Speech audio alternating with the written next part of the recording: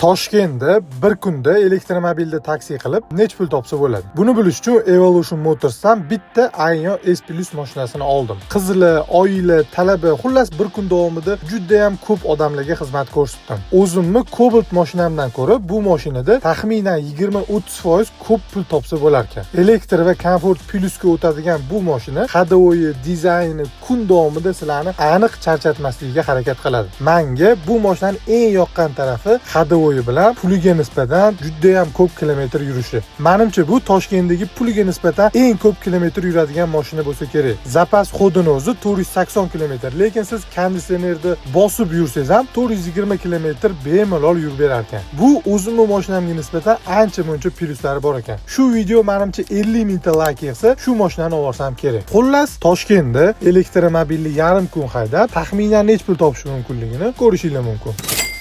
Bu videoni elektromobil olaman degan do'stingizga jo'natib qo'ying.